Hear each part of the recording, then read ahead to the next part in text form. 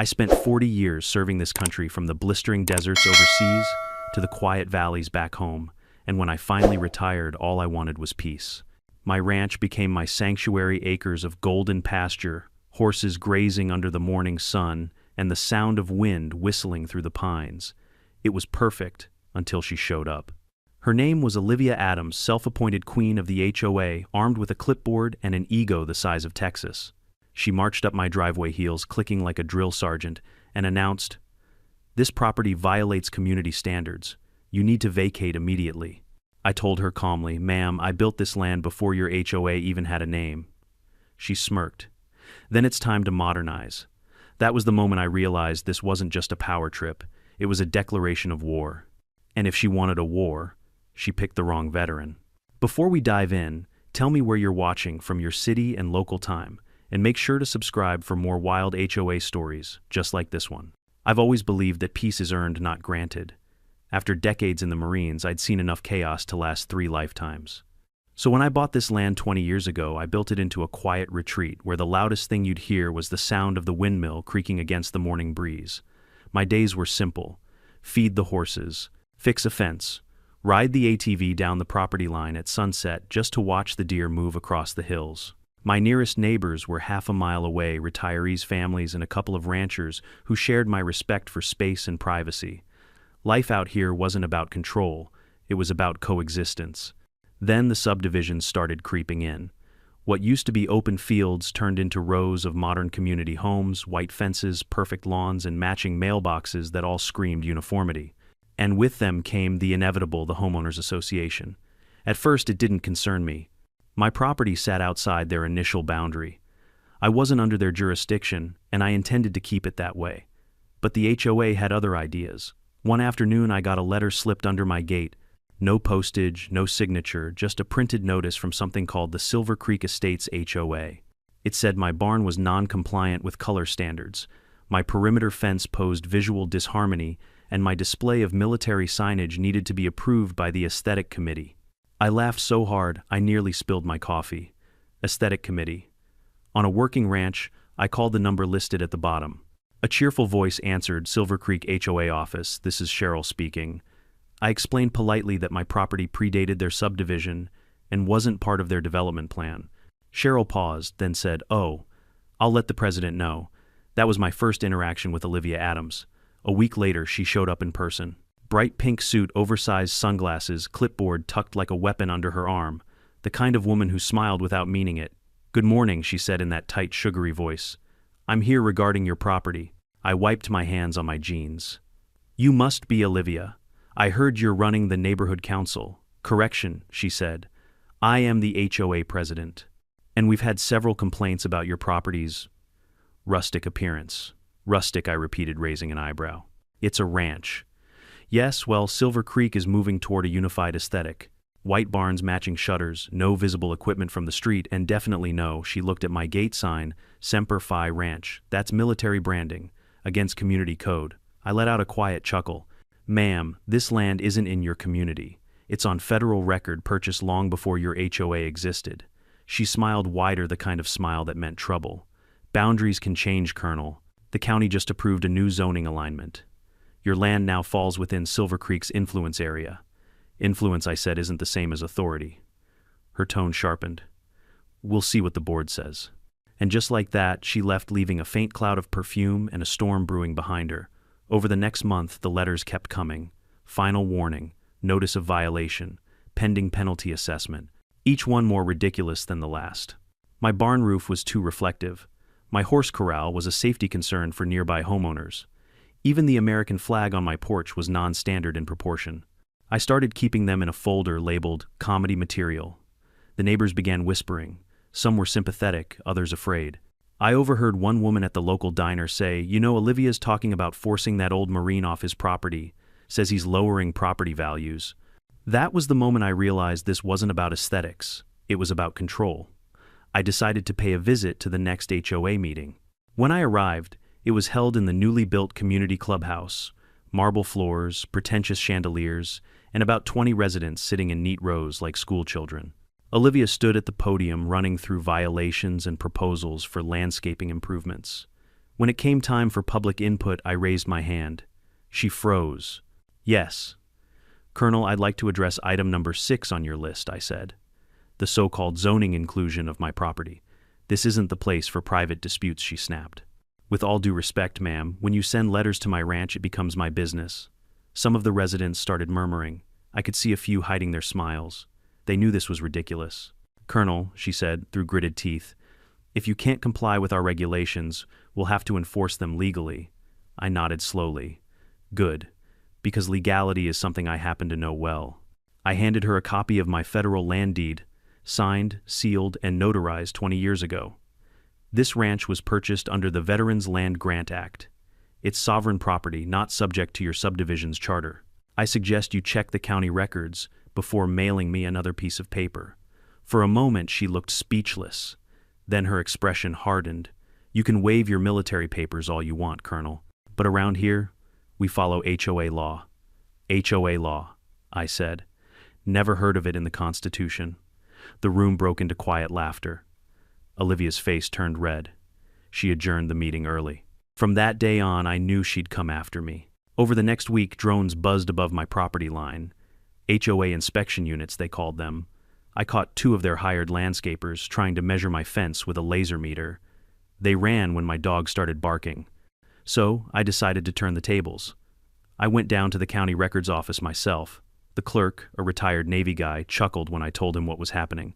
She's been trying to expand HOA authority for months, he said. You're well outside her jurisdiction. She's bluffing. Then I'll call her bluff, I replied. I printed every document, maps, boundary charts, historical plats, and left them neatly in a folder labeled Legal Education for HOA Presidents. But before I could deliver it, Olivia made her next move. One morning I found a bright orange envelope nailed to my front gate, in bold letters, notice to vacate. According to her, my ranch failed to comply with HOA bylaws and was subject to mandatory removal within 72 hours. I actually laughed out loud. Removal from my own land. But laughter can only last so long before principle kicks in. This woman had crossed the line from nuisance to harassment. That night, I sat on my porch watching the last light fade over the hills. My horses stood calm in the paddock, the wind carried that soft scent of hay and dust, the smell of freedom. And I made myself a quiet promise. If Olivia Adams wanted to play commander, she was about to learn what real command looked like. Because I might have been retired, but I never forgot how to lead an operation. The envelope's orange glare sat on my gate like a flare on a dark sea. Notice to vacate, it barked, all caps, bold font, the kind of paper bullies love to hide behind. I stood there with the horses shifting in the morning light, the metal of the latch warm under my palm, and felt the same calm I used to feel right before a briefing. One breath in, one breath out, find the center, then move. I took the envelope into the kitchen, set it on the oak table I'd built with my own hands, and slid it open with the old kabar I keep by the fruit bowl. Inside were 6 pages, stapled crooked. The first page accused me of persistent non-compliance. The second cited a half-dozen bylaw codes, hedge height, structure, color, unauthorized signage, visible equipment. The third page claimed my property had been formally incorporated into Silver Creek's jurisdictional perimeter. The fourth set a deadline 72 hours to vacate. The fifth threatened daily fines escalating to lien. The sixth naturally carried Olivia's signature, a swooping flourish like a whip crack. I poured myself coffee and read every line twice. Then I flipped the stack over, grabbed a pen, and started annotating like I was grading homework. Incorrect boundary, no jurisdiction. Veterans Land Grant C deed, recorded 20 years prior to HOA charter. Attempted fraud, I wrote it all with tidy arrows and little boxes. It didn't make me angry, it made me focused. I've learned that rage is an unreliable engine. Resolve, on the other hand, will take you all the way home. At 10 a.m., a white SUV rolled up to my gate. Silver Creek compliance, the door read in gold vinyl. Out stepped a young man in a polo that fit like armor, and a woman with a tablet clutched like a shield. I walked down the gravel drive to meet them. The dog Daisy kept close to my leg. Morning, I said. Good morning, the woman said, crisp but nervous. I'm with compliance.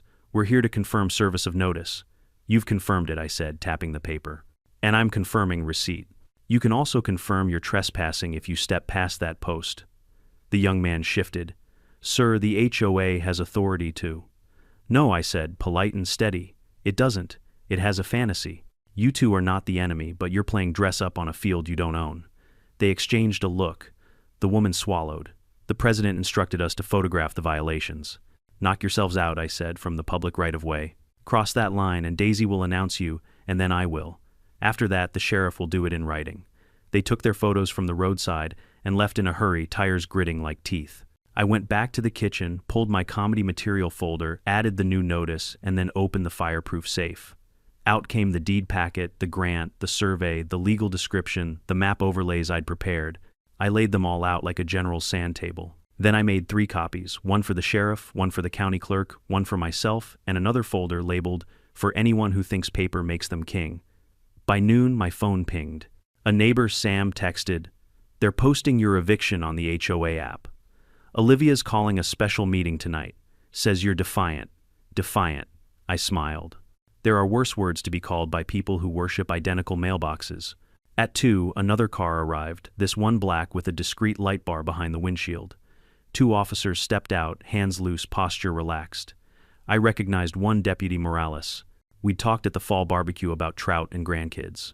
After noon, Colonel Morales said, tipping his cap, "We received a call from a Miss Adams claiming there's a trespasser on HOA land." I told the dispatcher it sounded off, but policy says we check. "Of course," I said. "Come on up." Coffee. They declined the coffee, but took the shade of my porch. Daisy adopted Morales like a lost cousin. I set the deed packet on the table between us. Short version, I said, I bought this land 20 years ago, under the Veterans Land Grant. The HOA established their charter 15 years ago. They've never had jurisdiction here. Olivia's trying to expand her sandbox with paperwork and audacity. Morales skimmed the documents. The other deputy, a young woman with clear eyes and a no-nonsense bun, read the legal descriptions carefully. "Looks cut and dried to me," she said. "This parcel's well outside their boundary. Even their influence plan is advisory only." "Exactly," I said. "But they've escalated to a notice to vacate, and they're sending compliance teams to my fence line. I'm not asking for anything except peace. But if peace is refused, I expect the law." Morales nodded. "You'll have it. We'll file an incident report, attempted civil harassment, improper use of authority. If they set foot past your line, call us." "Appreciate you," I said. They left with a copy of the packet. I watched their taillights disappear and felt that familiar pre-storm stillness settle across the property. The afternoon stretched thin and bright. Somewhere in the distance, a hammer ticked someone building a pergola that matched their neighbor's pergola that matched their HOA's personality.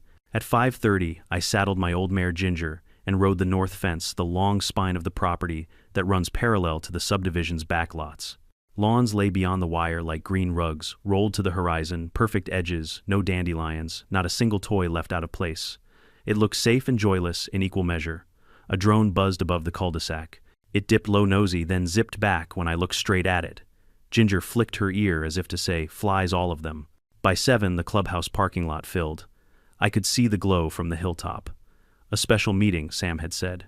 Curious, I showered, put on a clean denim shirt, and drove down. I parked outside the HOA line. Symbolic, sure, but symbols matter, and walked in with my deed packet under one arm. Inside, the air conditioning carried the faint citrus scent of money. Residents lined up in neat rows, phones ready. Olivia stood at the podium in a sharp blazer chin lifted like a ship's prow. Her eyes found me and glittered. "Perfect timing," she said into the microphone.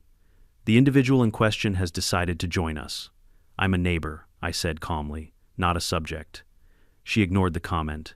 "Order of business, due to repeated and willful violations of community standards, and in accordance with Section 4.3 of our bylaws, we have issued a notice to vacate to the occupant of the non-compliant property on Ridgeline Road.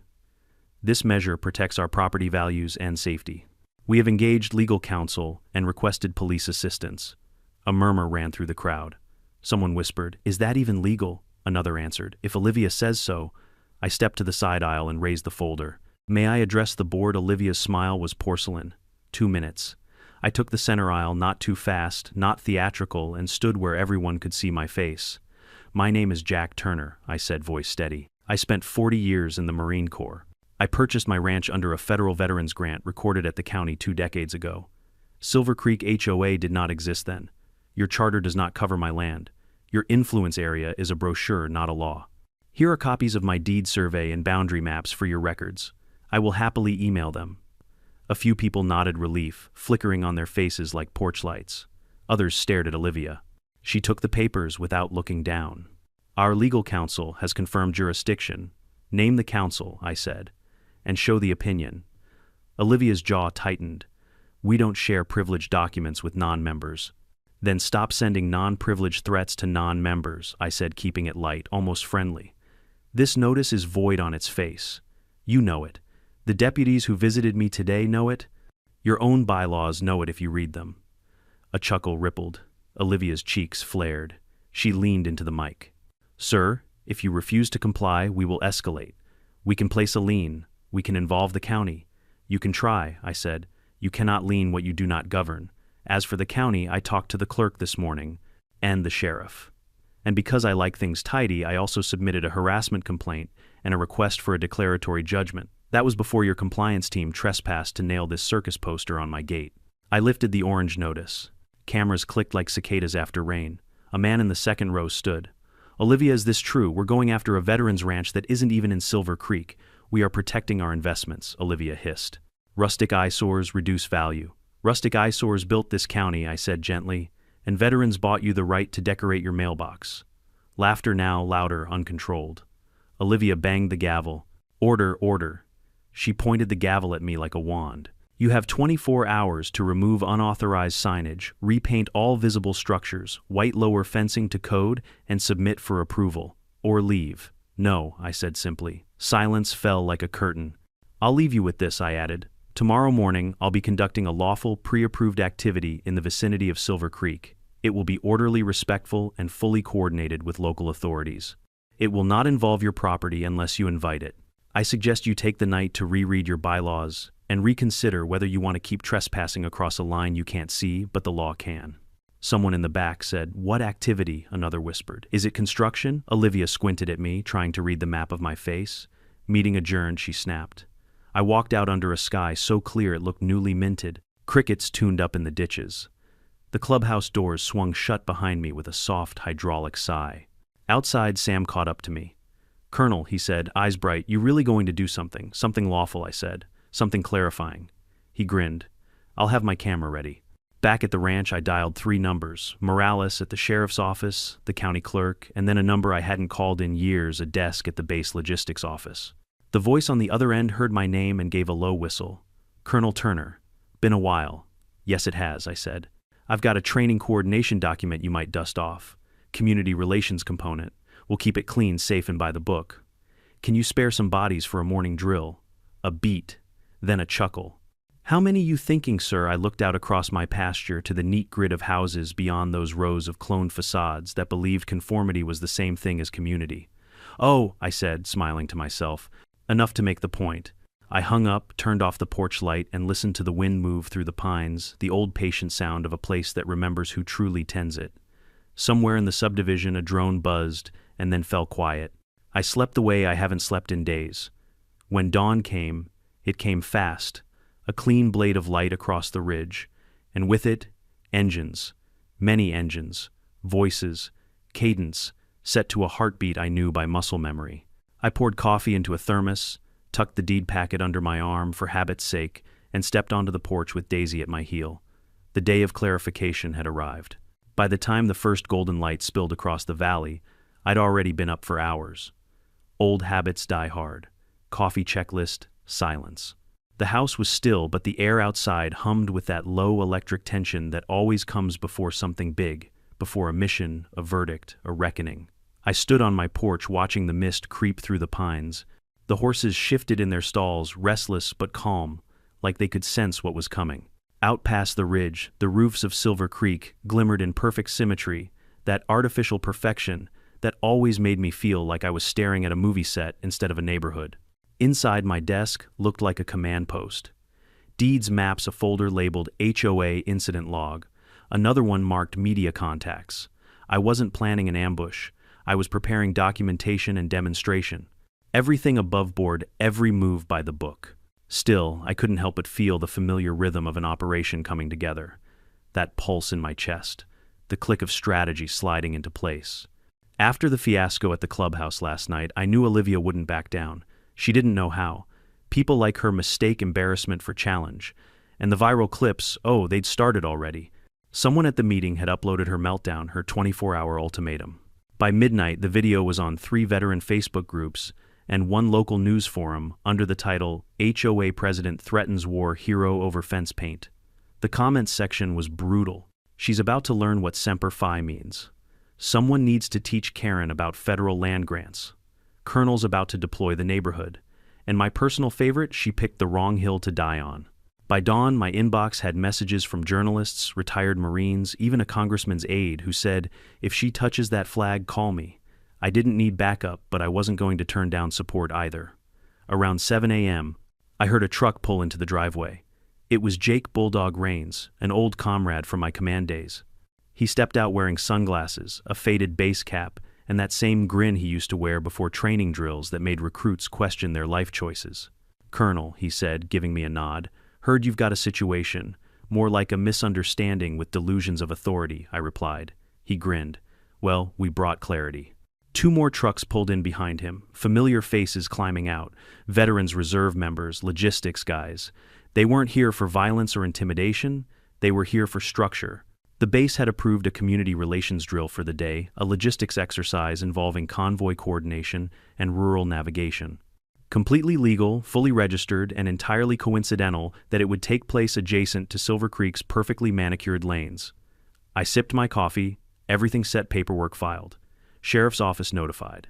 Base commander signed off. We even have permits for crowd management, in case your HOA audience gets enthusiastic. Excellent. By 8 a.m., the quiet ranch lane started filling with movement. Diesel engines rumbled. Boots hit gravel. Radios crackled. The air filled with that disciplined hum only a Marine operation could produce, efficient, loud, without chaos, purposeful, without aggression. Daisy wagged her tail like she'd been waiting for this parade all week. From the ridge above the subdivision, you could already see the glint of sun bouncing off dozens of trucks, olive, sand, black. It wasn't 300 soldiers armed for war. It was 300 Marines on rotation for logistics, training drivers, engineers, communications, techs, men and women who'd volunteered for a weekend exercise in civil coordination. I called Morales at the sheriff's office just to keep everything transparent. "Morning, Colonel," he said, his tone cautious but amused. "I've got about 50 calls already asking why there are military vehicles outside Silver Creek. Because I said we're training to coordinate rural safety routes entirely within public right-of-way. You have the approval forms, right?" "I do," he said, chuckling. "And Olivia just called me screaming about an invasion." I told her to calm down, said it's a federal training day. Her words were, and I quote, "They're surrounding my house." Technically, I said that's accurate. I could almost hear his grin through the phone. "Just keep it civil, Colonel." "I know you will, but I have to say it. You know me, Morales. I'm all about diplomacy." By 8:30, the subdivision's silence was gone. Rows of identical driveways framed a scene out of a military movie, transport trucks rolling slowly, Marines stepping out to set up temporary barricades, navigation posts, and comms tents. A loudspeaker crackled, "Training exercise in progress. Please remain clear of the roadways." Olivia burst out of her front door like a peacock in panic. She was dressed in full HOA battle attire, pressed blazer, pearls, tablet clutched tight. Her voice sliced through the morning air.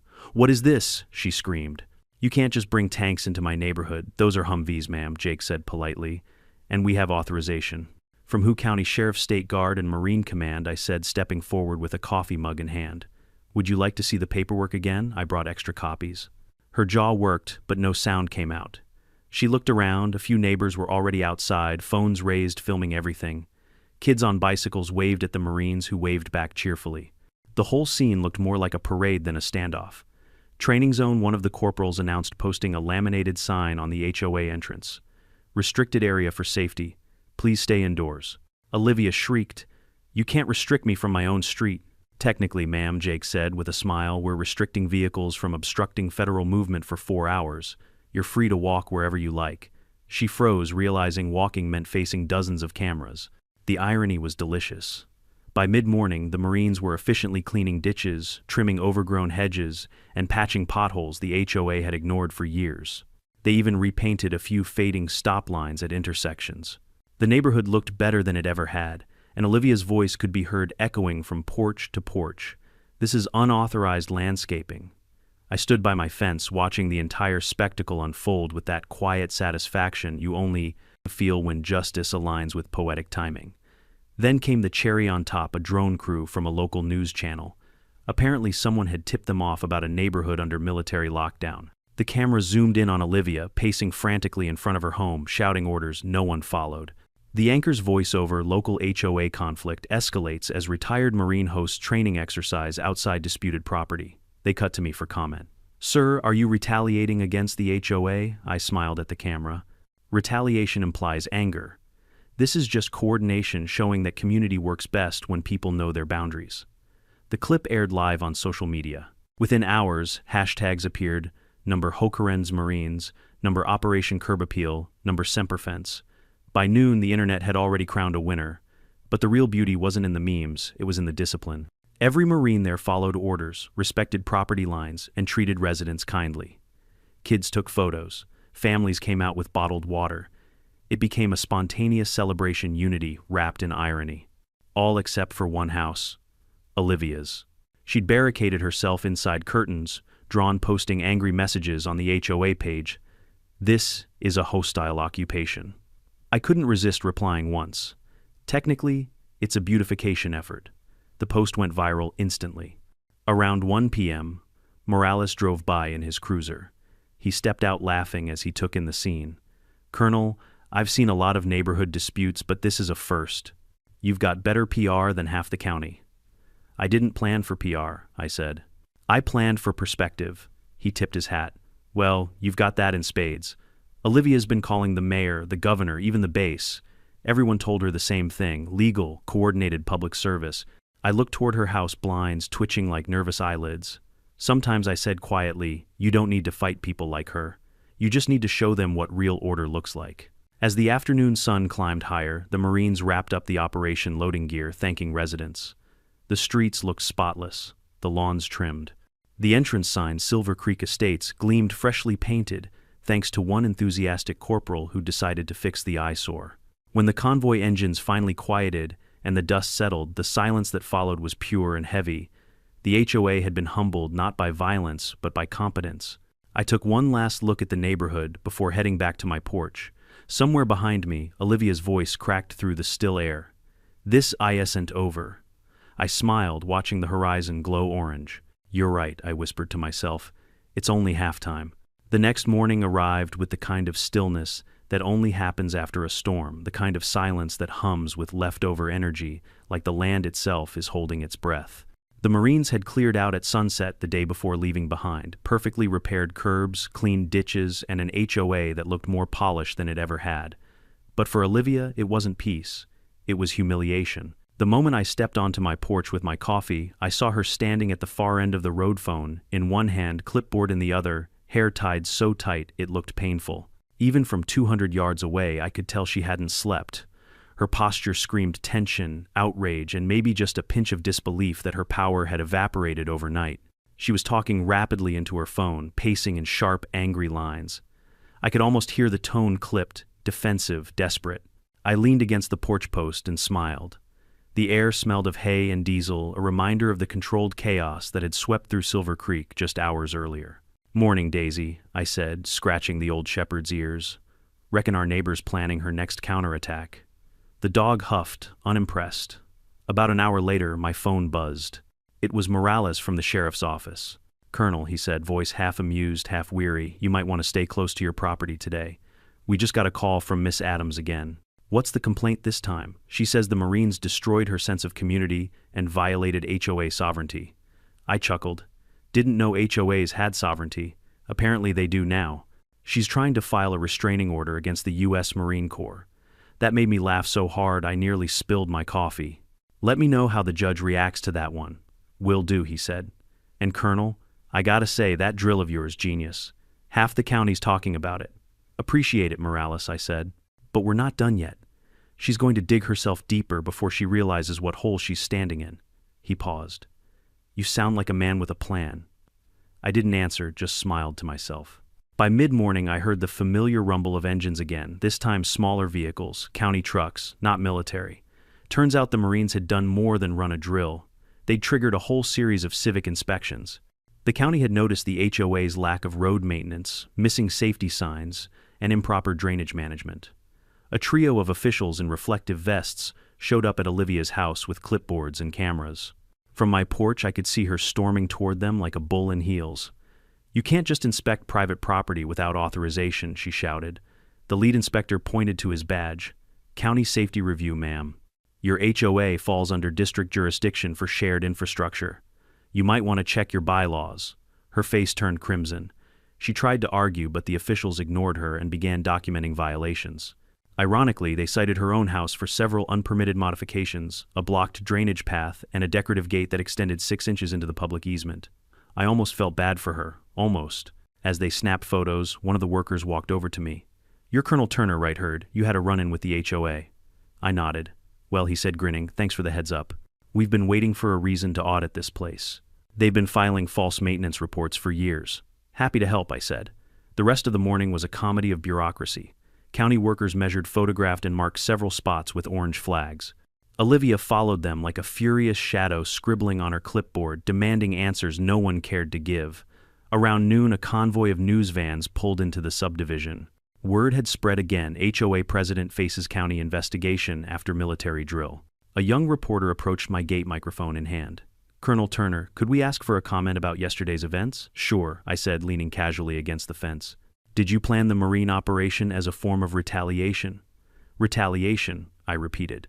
"No, ma'am. That was a lawful training exercise. But I suppose if a little civic pride feels like punishment to someone that says more about them than about me," she grinned.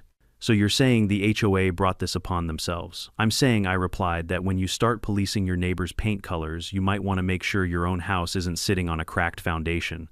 That line made the evening news headline. Meanwhile, Olivia's meltdown continued.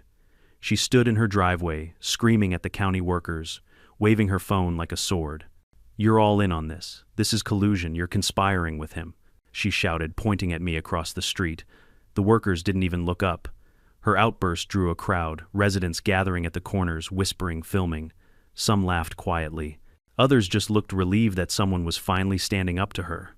One older woman leaned over to her husband and whispered loudly enough for everyone to hear, "I told you karma had a sense of humor." By 2 p.m., the situation had become too good to ignore. I saddled Ginger and rode slowly down the road, tipping my hat at neighbors as I passed. The reporters followed me with their cameras, curious. When I reached Olivia's driveway, she froze mid-tirade. "Afternoon, Miss Adams," I said, voice calm as ever. "Get off this street," she yelled. "You don't belong here," I pointed to the county inspector beside her. "He seems to think I do. And legally speaking, so does every boundary map filed since 2004. The inspector cleared his throat, clearly trying not to laugh. "Ma'am, you really need to let us finish. You're currently obstructing a county audit." "Obstructing? This is my neighborhood. Not according to Section 12 of your own charter," he replied dryly. "This area is classified as shared jurisdiction, meaning the county can inspect at will." That hit her like a slap. She stammered something unintelligible and stomped back into her house. The door slammed so hard it rattled the windows. The inspector turned to me. "Thank you for your patience, Colonel. We'll send her the report within the week." "Take your time," I said. "I don't think she's in the mood for reading today." When the trucks finally left the street, looked oddly peaceful again. The residents started chatting among themselves, some even crossing over to shake my hand. A man named Greg, one of the quieter homeowners, said, "Colonel, I just wanted to thank you. You did what the rest of us were too scared to do." "Just stood my ground," I said. "Yeah, but you did it with style," he said, smiling. "Olivia's been terrorizing this neighborhood for years. Maybe now people will realize she's not invincible." That night I sat on my porch with Daisy curled at my feet, watching the stars slide over the horizon. The phone buzzed again, another message from Morales. He sent a single line. "County found falsified records. HOA's in deep trouble." "Thought you'd enjoy that," I grinned. "Copy that." Then I looked out across the dark fields toward the distant glow of Silver Creek. The place looked peaceful now, but I knew better. Peace isn't the absence of noise. It's the result of someone standing firm long enough for the noise to die out. I took a slow sip of coffee and whispered to no one in particular. Lesson number 1. Olivia, never start a war with a man who already knows how to finish it. A light flickered in her window, then went dark. Maybe she heard me, maybe not. But one thing was certain: the next day would not be kind to her. Because when you play games with paperwork, the law eventually plays back.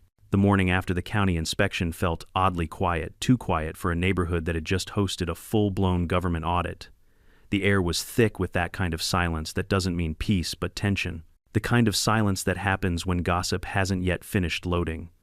I woke up early, as usual, coffee in hand, Daisy trotting at my heel. The ranch looked peaceful, bathed in golden light birds skimming over the pasture like they hadn't heard the drama. But even from my porch I could tell something was brewing down in Silver Creek. Cars were parked crooked along the main road and a small crowd was gathering outside Olivia's house. I couldn't resist. Curiosity might have killed the cat, but in this case it was just going to make my morning coffee more entertaining. When I reached the property line, I could already hear her voice shrill, commanding unraveling. Olivia Adams was in full meltdown mode. Her pink blazer was rumpled hair, disheveled, and she was clutching her clipboard like a lifebuoy. A few of the HOA board members stood around her, looking guilty and uncomfortable, trying to calm her down. "This is harassment," she screamed, waving a stack of papers in the air. "The county has no authority here. I am the authority here." Her vice president, a nervous man named Harold, tried to reason with her. "Olivia, maybe we should let the auditors finish their review." "Finish. They've ruined everything," she snapped, cutting him off. "Do you know what it looks like when the media reports that the HOA president's house violated her own rules? I look like a joke. A fraud," Harold muttered under his breath. "Well, if the shoe fits," she whirled on him so fast that her clipboard nearly flew out of her hand. "What did you say?" He stepped back. "Nothing, Olivia. Just, maybe we should take a break." But there was no stopping her now. The news vans had returned for follow-up coverage, their cameras gleaming in the sunlight. Reporters hovered at a distance, recording every word. It was like watching a live broadcast of self-destruction. Olivia turned toward them, her voice rising another octave. "You people think you can humiliate me on TV," she shouted. "This entire situation has been orchestrated. That man," she pointed a trembling finger toward my ranch, "has manipulated the media, the military, and the county government to destroy my reputation." I raised my coffee cup from my porch and gave a small polite wave. She saw it, and that was the spark that lit the powder keg. "Oh, don't you wave at me, Colonel," she shrieked. "You think this is funny. You think your little Marine parade makes you untouchable." Her voice cracked.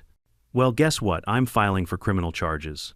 You and your goons trespassed on HOA property. You brought military equipment into a residential area. You've endangered civilians. And she jabbed her clipboard toward me, am going to make sure you regret it." The crowd gasped, but I didn't move.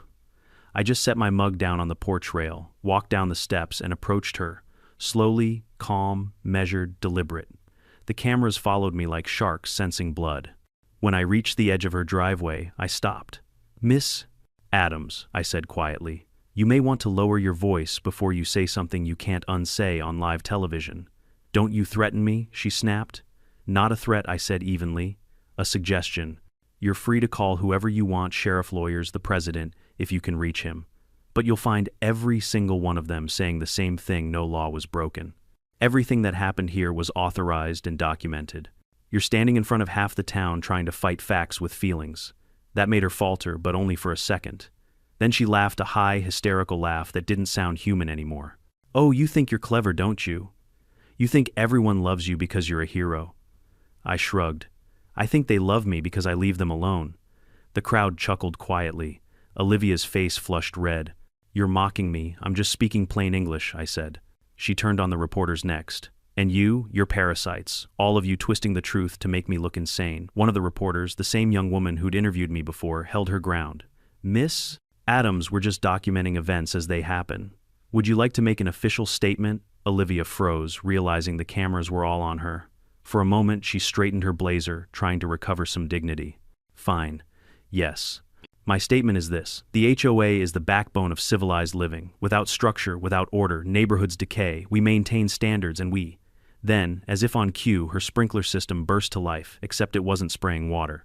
It was sputtering brown, muddy sludge straight onto her heels and blazer.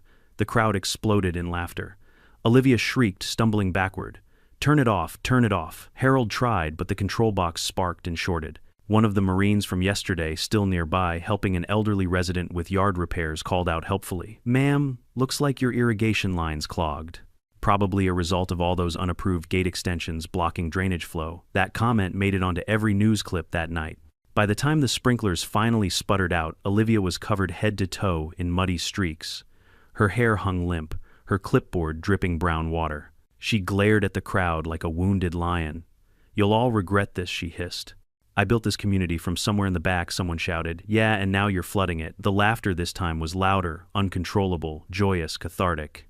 She stormed back toward her house, but before she reached the door, she slipped on the wet sidewalk and fell with a loud thud, her clipboard flying into a puddle. The cameras caught every second of it, slow motion, dramatic, poetic justice in 4K. I walked forward and offered her a hand, but she slapped it away. "Don't touch me, as you wish," I said, stepping back. She scrambled to her feet and pointed a shaking finger at me again. "This isn't over. I'm calling my lawyer, the mayor, the governor." "Good idea," I said calmly. "You might want to start with a plumber." That line did it. The crowd burst into applause. Even Harold, her right-hand man, couldn't hide his grin. He turned to her and said softly, "Olivia, maybe it's time to step back." "Step back," she shouted. "You're all traitors, or just tired," he said, voice low. "We're tired of you turning everything into a war." For the first time, she had no comeback. She just stood there, soaked and trembling as realization crept in. The HOA members she had bullied for years were no longer afraid. The reporters packed up their gear, neighbors began to drift away, and the once feared Olivia Adams stood alone in front of her dripping house, a queen without a court. I gave her one last look. "For what it's worth," I said, "you could have been a decent neighbor. You just had to learn that power doesn't mean control." Then I turned and walked back toward my ranch. Daisy padding beside me, the sound of laughter and camera shutters fading behind. Later that afternoon, Morales called. His tone was part amusement, part disbelief. "Colonel, you're going viral again. The clip of her yelling about HOA sovereignty has 500,000 views already. Guess people enjoy a good civics lesson," I said. He chuckled. "You may not realize it, but you've just become a local legend. Folks are calling you the Colonel of Calm." I smiled. Better than the man who got evicted by a clipboard. That night, as the sun dipped below the ridge, the quiet returned, this time the good kind. The air smelled like cut grass and clean dirt. The world, for the first time in weeks, felt right again. And somewhere across the valley, a woman in a pink blazer sat alone in her living room, realizing that her crown had finally cracked. By the following morning, Silver Creek wasn't a neighborhood anymore, it was a headline. Every local station, talk radio host, and suburban Facebook group within 100 miles was dissecting the HOA meltdown heard round the county. Clips of Olivia's muddy sprinkler moment looped endlessly online, accompanied by slow-motion replays, remixes, and one particularly cruel TikTok edit that set her fall to dramatic opera music. I didn't post a thing, but the internet didn't care. Someone had already made a meme of me standing calmly with my coffee cup, captioned, "When Karen declares sovereignty, but you've got the deed." By 8 a.m., I'd received 300 emails, some from strangers thanking me for standing up for every bullied homeowner, others from veterans saying they hadn't laughed that hard in years. My favorite was from a high school civics teacher who wrote, "Thank you for the perfect real-world example of overreach and lawful resistance." Showing this in class today. For once, the news cycle worked in favor of common sense. But not for Olivia. At 9 a.m., Morales called again, his voice half amused, half exhausted. "Colonel, she's been to the station 3 times this morning. First to file harassment, then to withdraw it, then to demand we arrest the internet." "Ambitious," I said. "She's threatening to sue the county, the Marines, the news station, and possibly you for psychological sabotage." Our clerk can't stop laughing. "I'd tell her to take a number," I replied, "but she'd probably try to regulate the line." Still, I felt a twinge of sympathy. Public humiliation is a powerful solvent. It strips away ego faster than acid. But sympathy doesn't erase consequence. Around noon, a black sedan pulled into her driveway. 2 county officials stepped out, briefcases in hand. Word spread quickly through the neighborhood the audit board had arrived. Apparently, the county's financial office had taken interest in Silver Creek's discrepancies. Years of inflated maintenance fees, missing receipts, and suspicious consulting costs had finally caught up. I didn't need binoculars to see the scene unfold. Olivia came to the door, makeup caked on like armor, and tried her usual smile. The men didn't smile back. They handed her a stack of documents, then stepped aside as another car, a sheriff's cruiser, pulled up behind them. Morales climbed out, nodded at me across the road, then joined the officials on her porch. Whatever they said, it made her knees buckle. She shouted something about political witch hunts before slamming the door. Half an hour later, the officers exited carrying boxes, files, binders, maybe even that infamous clipboard. The crowd of residents that had gathered began whispering excitedly. One woman clapped once, then stopped embarrassed. By mid-afternoon, the rumor mill had already produced the story. Olivia had been formally removed as HOA president, pending investigation for mismanagement of community funds. Harold, the timid vice president, looked like a man who'd just been released from a long captivity. He approached me that evening, hat in hand. "Colonel Turner," he said, voice low, "I wanted to apologize. For all of it." Olivia had us convinced you were trying to undermine the community. I nodded. And now he gave a small sheepish smile. Now I think she was the one undermining it. We're holding an emergency board meeting tonight to vote on new leadership. I'd be honored if you attended. I shook my head. Appreciate it, Harold, but I've got no interest in running anyone's neighborhood. I just like mine quiet. He chuckled. Fair enough. Still, thanks for reminding us that authority's supposed to serve, not rule. That night, Silver Creek held its most crowded meeting ever. I stayed back, sitting on my tailgate across the street with Daisy and a thermos of coffee, watching neighbors file and people who had avoided those gatherings for years now walking in with their heads high. Through the windows, I could see hands raised, papers signed, and eventually applause. Later, Harold walked out and gave me a thumbs up. Unanimous vote, he called. She's out. Permanently. Good, I said. Maybe now you'll all get some sleep. He hesitated. Colonel, one more thing. The board wants to reimburse you for the trouble. Maybe cover your legal fees. I laughed. Harold, if I accepted money every time I fought a bully, I'd own half the state. Donate it to a veterans charity instead.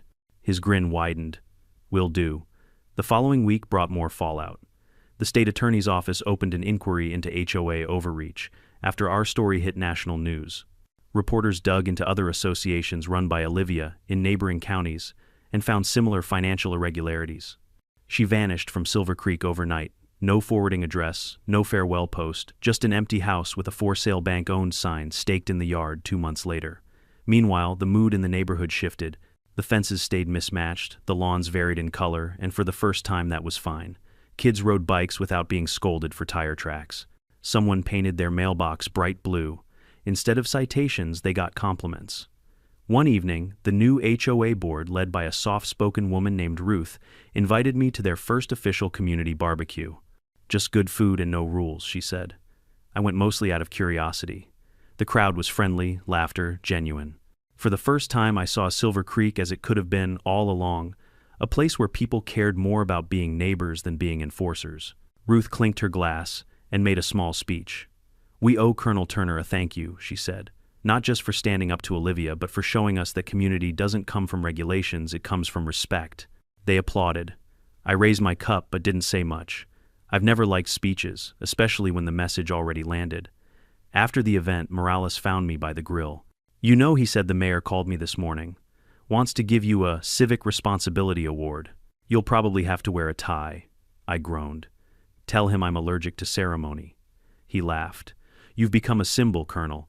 The man who reminded the HOA world that lines on paper don't make someone a ruler. I didn't remind them, I said quietly. They reminded themselves when they finally looked up from the paperwork. Before he left, Morales added, oh, and about those Marines Command's planning to name next year's community drill Operation Silver Creek. Thought you'd like to know. I shook my head, smiling. Tell them to make it quieter next time. The weeks that followed were blissfully uneventful. No letters, no drones, no pink blazers pacing my fence line. Just sunsets, open fields, and the creak of the windmill.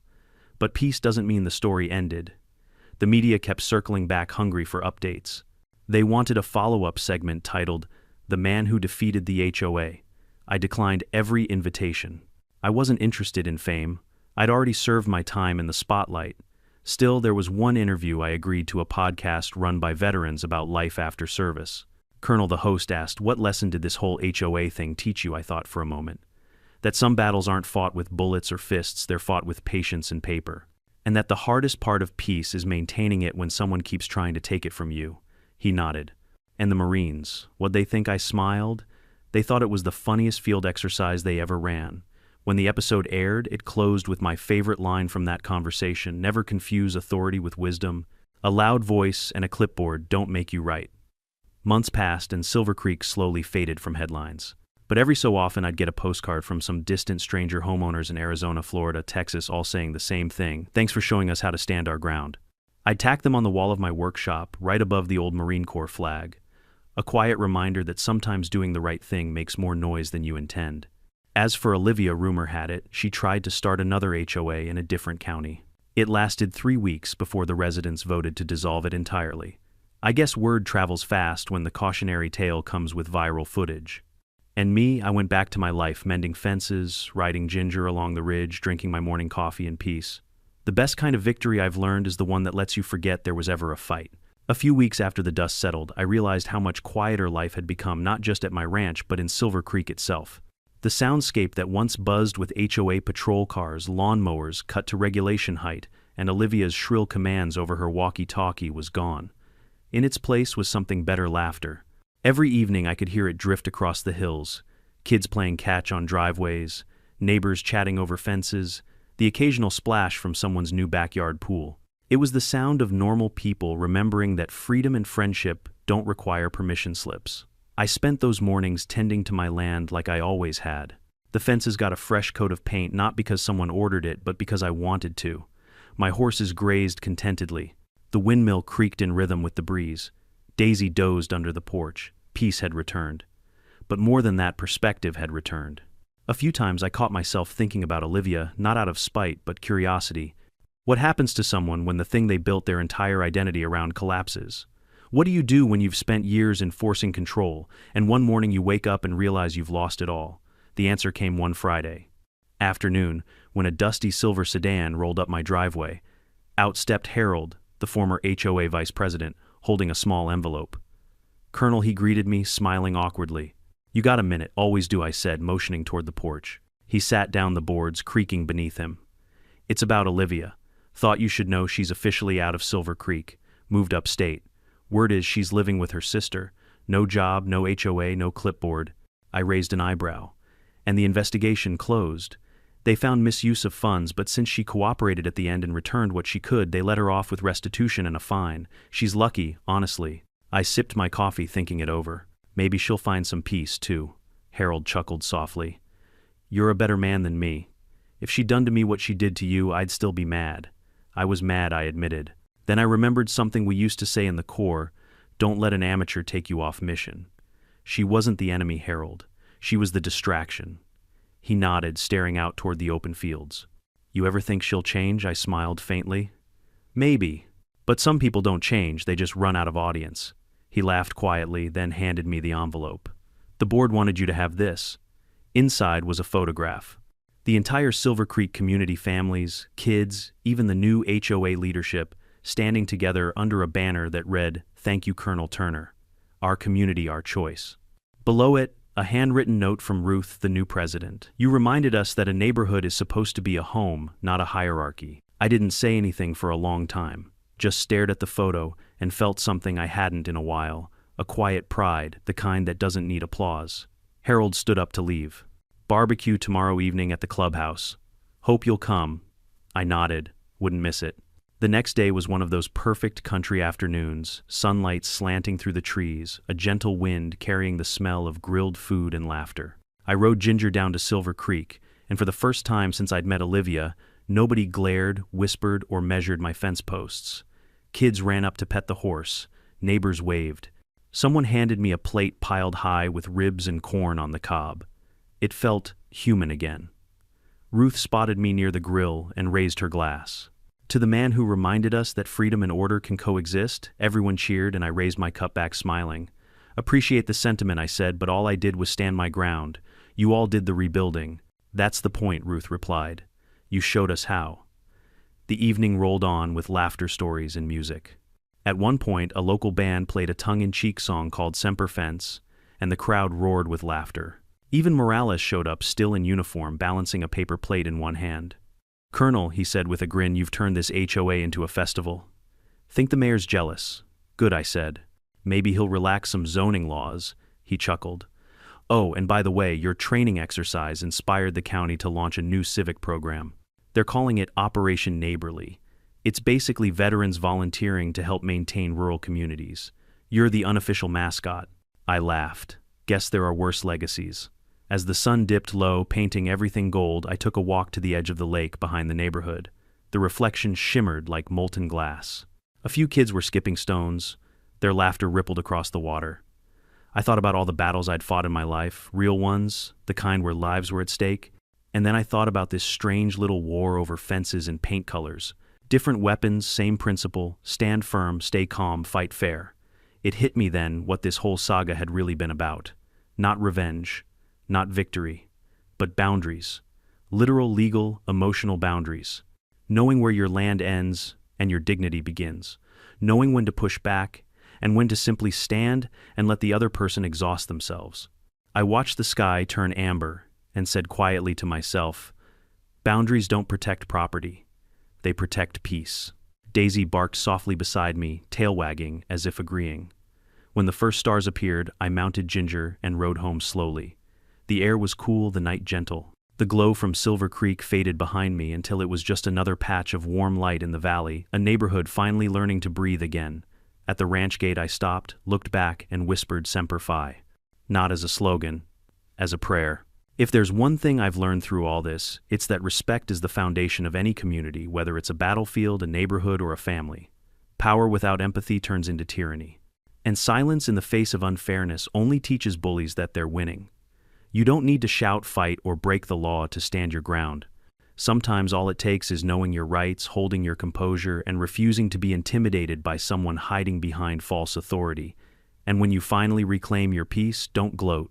Build something better in its place. Because true victory isn't about proving someone wrong. It's about creating a world where you no longer have to. So if you've ever dealt with your own HOA, Karen, remember this story. Protect what's yours, stay calm, and let the truth do the heavy lifting. Now, I'd love to hear from you. Where are you watching from? And have you ever had to stand up for yourself against unfair rules? Drop it in the comments below, and don't forget to subscribe for more true-life HOA stories of justice, laughter, and poetic revenge.